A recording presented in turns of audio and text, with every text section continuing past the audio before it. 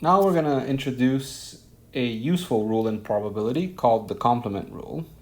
And what the complement rule says is that if you have an event A, right, then the complement of the event is that that event does not happen. So if A is the set of your favorable set, complement of A is the whole sample space minus the favorable set. So it's everything else.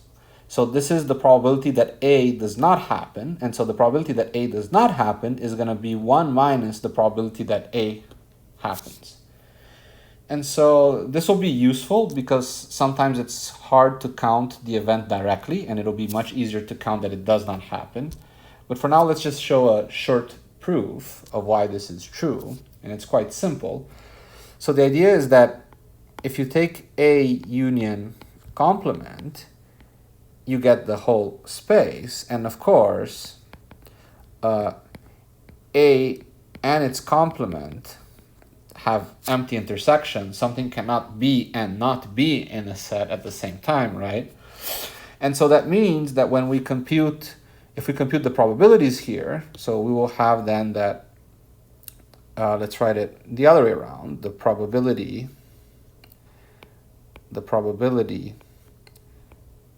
of the whole space, which we know is equal to 1, is going to be equal to the probability of A union A complement.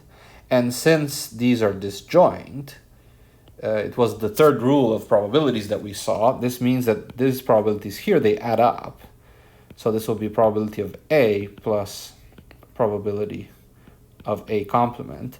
And now you just subtract probability of A on both sides, and you get that 1 minus probability of A is equal to probability of A complement, which is what we wanted to show over here.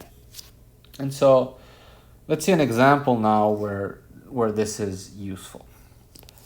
So suppose we roll 3 fair 6-sided dice, and we are interested in the following question. What is the probability that at least one of the die show a 6, right?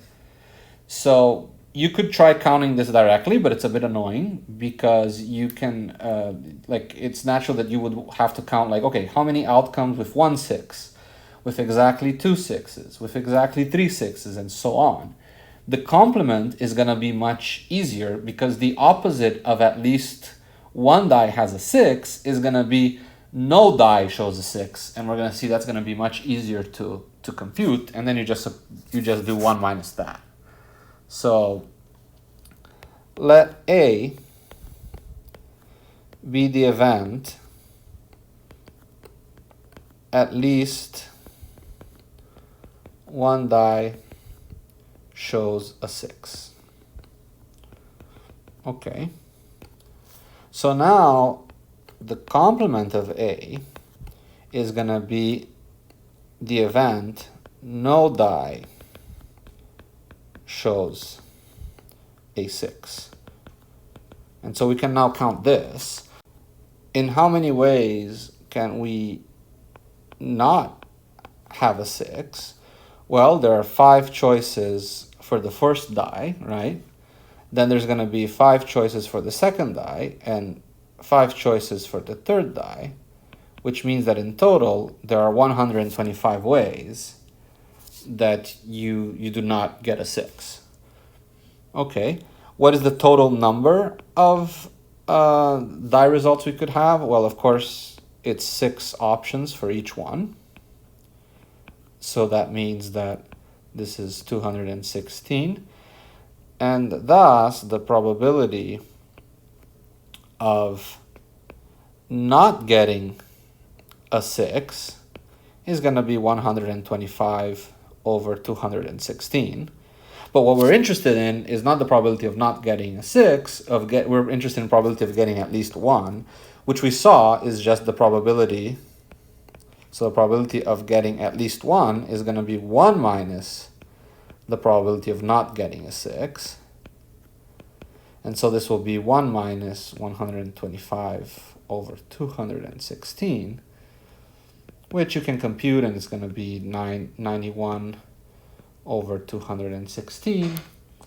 And so 91 divided by 216, oh, let me hear. So 91 divided by 216 is going to be approximately 42%.